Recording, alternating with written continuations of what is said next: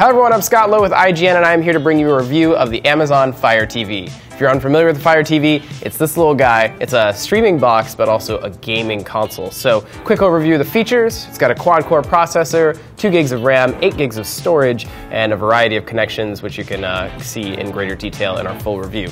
But the important thing is this does a lot of the same things that you see in a Roku or an Apple TV. It has streaming services from Netflix, of course Amazon services, video on demand, as well as the instant streaming.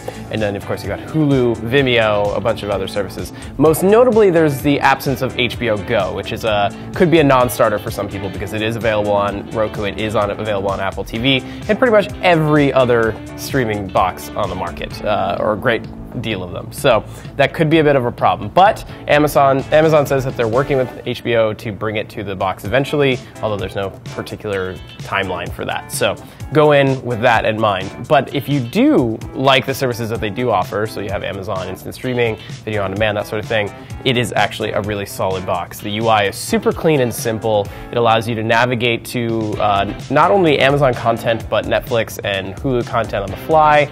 And I think probably what is my favorite feature is voice search. So the remote, as you see here, has a little microphone on the top, which allows you to hit the voice search button and pretty much say anything you're looking for, whether it be an app, a game, an actor, or a genre of movies. It will pull that information pretty fast, actually, and it's really accurate. I've actually never had it misread anything I've said. It's really, really precise and really fast, which I think is probably my favorite feature, because as anyone who's used an on-screen keyboard would know, it's a very slow process. It can be, kind of tedious at times. So the voice search is by far the most breakout feature.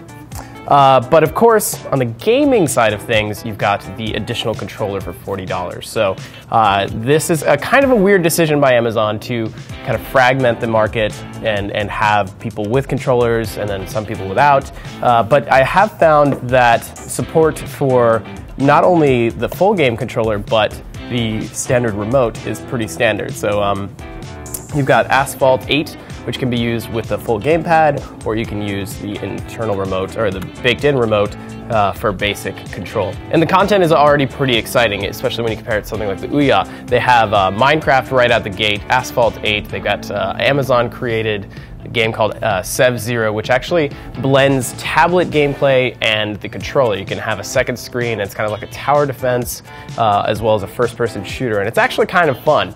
Overall gaming performance is, okay, it's not great. You can see a disparity between different games. Some are running at a higher resolution than others. Frame rates are kind of, shaky at times, especially with something like Minecraft. I've noticed little hiccups here and there.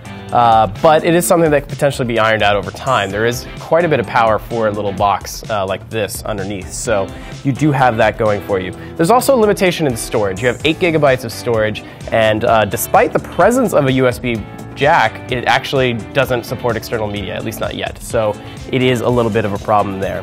But overall, I'm really, really pleased with the Amazon Fire TV. I think it is a really versatile platform. The amount of content that's there is great.